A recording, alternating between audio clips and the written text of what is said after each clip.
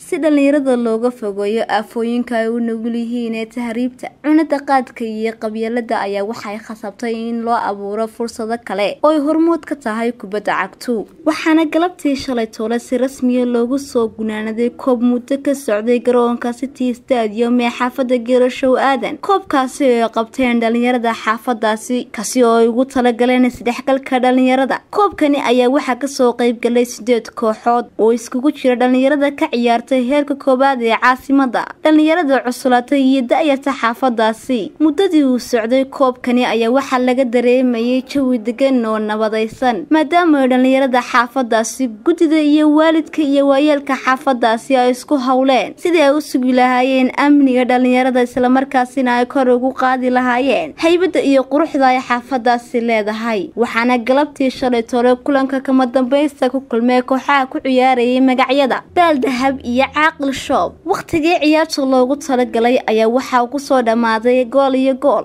Labadaasi gool ayaa waxaa uu kala dhaliyay kooxahaasi xidigahooga Yaxyi oo ku ciyaarayay magaca kooxda Baaldahab iyo Cabdixakiin oo u matalayay kooxda Caaqil Shoob. Waxaana ciyaarta la isla gaadhay gool kulaad kaasi oo ka sii adkaa ciyaarta caadiga. Ugu dambeyntiina waxaa halkaasi guusha ku raacday kooxdii ku ciyaaraysay Caaqil Shoob. Dhamaadkii ciyaarta waxaa hadalada iska daba qaatay gudoomiyaha guud ee wasaaradda dhalinyarada iyo ciyaaraha Maxamed Cabdullaahi Saciid, gudoomiyaha degmada 26 Juun Cumar garsoore Mahdi Jawaase iyo Mama Khadra Xaaji Cismaan oo ku hadlaysay afka gudida xaafadaasi. Waxaan xagan hambalyo ugu dirayaa abaabulka koobka oo aad ugu soo shaqeeyay. Marka koobaad waxaan leeyahay Ilaahay baa mahadle oo intan oo dhan dadkan oo dhan isku keenay. Marka saddexaad waxaan aad ugu mahadnaqayaa iyaguna inamada ka soo qayb galay koobka Geerashow Aadan ee isku dhexgalka dhalinyarada dhammaan intii kooxood ee xaafadaha degmada 26 Juun oo dhan ka soo qayb galeen.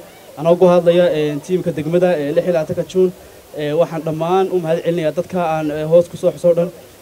Marka kale waxaan xagan marti sharafta nagala qayb galay oo naga mido oo agaasimaha oo hogaaminaya iyo maamooyin badan iyo Mahdi Maxamed Xasan oo garsoorka guud ee dalka. Waxaan leeyahay oo ku dhiirigelinayaa dadka xaga ka soo qayb galay daawadayaasha iyo inta ciyaaraysaba inay halka iyo meel ka si fiican ba ay ka gaaraan si ay ugu qabsoomaan koob badan oo ay ka qiimo badan sida garoomada caadiga.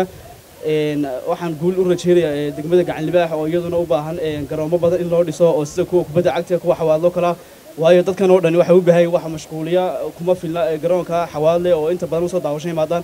marka hambalyo maan leeyahay sida koobka soo dhamaaday. marka koobaad Ilaahay weyne subxaanahu wa ta'aala inoo ogolaaday inaynu halkan aan iskugu nimaadno inagoo caafimaad qabno nabad ku naaloonayna baan ugu mahad celinayaa Ilaahay subxaanahu wa ta'aala. mahadda labaad waxaan aad uga mahad celinayaa agaasimaha guud ee wasaaradda dhalinyarada iyo ciyaaraha Jamhuuriyadda Soomaaliland mudane Maxamed Cabdullaahi oo runtii waqtigiisii inoo soo huro iyadoo ay hawl badan ay u taallay. aad baan uga mahad celinayaa. waxaan kaloo aad uga mahad celinayaa gudoomiyaha degmada 26 Juun Cumar Maxamed Dhalac.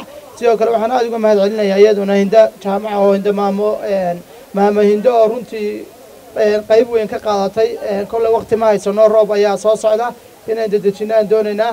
sidoo kale waxaan u mahad celinayaa bahdii kala duwaneed ee dhalinyarta odayaasha ee dhalinyarta ay soo qabaqaabiyay tartankan isaguna inaanu noqon tartankii ugu horeeyay laakiin joogta ay ka dhigaan. aad baan uga mahad celinayaa dhammaantiin maalin oo kala qaadqaadeen kooxii ka soo qayb galayna aad baan uga mahad celinayaa dhammaantiinna waad mahadsantihiin. labadii kooxood ee halkan finalka iskugu soo baxayna labada kooxood waxaan leeyahay waad guulaysateen hambalyo khaasatan kooxdii ku guulaysatay koobka ee Caaqil Store aad baan uga mahad celinayaa.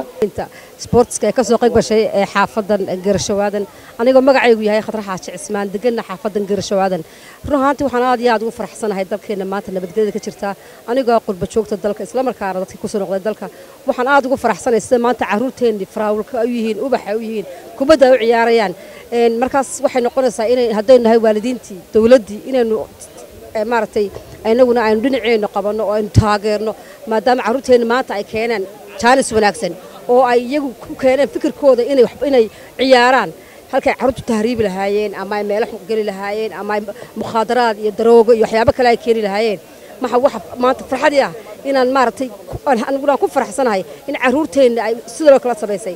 marka waxay tahay oo fariin u diray halkan dawladda inay aad iyo aad caruurtu taageerto maaha inta ciyaarayso kaliya inta hareeraha taagtaagan waxay u baahan yihiin garoomadani waa lacag caruurta qaali bay ku yihiin. waxa loo baahan yahay garoon caruurtu ay free ku soo gasho garoonka reerka laftarkooda waxaan iyagana ku bogaadinayaa sida wacan ay u sameeyeen laakiin waxaan aad iyo aad uga codsanayaa waan doonayaa inay caruurta yaryar ee soo koraysa kuwa meelahan taagtaagan oo dhan ee maaragtay aan jaaniska u helin in badan maaragtay ciyaaraan ama aan dhaqaale ahaan aanay u saamaxaynin inay ciyaaraan in kuwa la taageero. Bismillaahi Raxmaani Raxiim. Ugu horreyn Ilaahay baynu mahadnaqaynaa mar labaadka waxaan mahad ballaaran u jeedinaynaa gudida garoonka iyo kooxihii sida fiican uga soo qayb galay oo ciyaaray dhammaan wareeggaas muddadii uu socday aad iyo aad baan ugu mahad celinaynaa sidii fiicnaada qurux badan ay uga soo qayb galeen runtii labada kooxood maanta ciyaaraya ee kubadda quruxda badan muujin iyagana aad baan ugu mahad celinayaa aan wax xanaaqada iyo asqabo sitoona muujin kooxda guuleysatay waan u balyeynaa insha Allah iyaga waxaan leenahay mabruuk kooxda kale laga guuleystay waxaan leenahay insha Allah mar dambe ayaa guuleysan doontaan insha Allah gudida xaafadda iyo garoonka ee soo abaabushan iyagana waan u mahad celinaynaa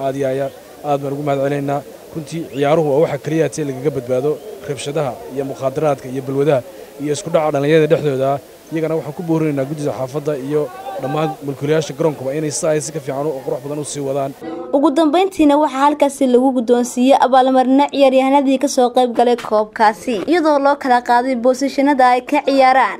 waa ayaan Faysal Maxamed iyo Aadan garoonka City Stadium xaafadda Garasho Aadan.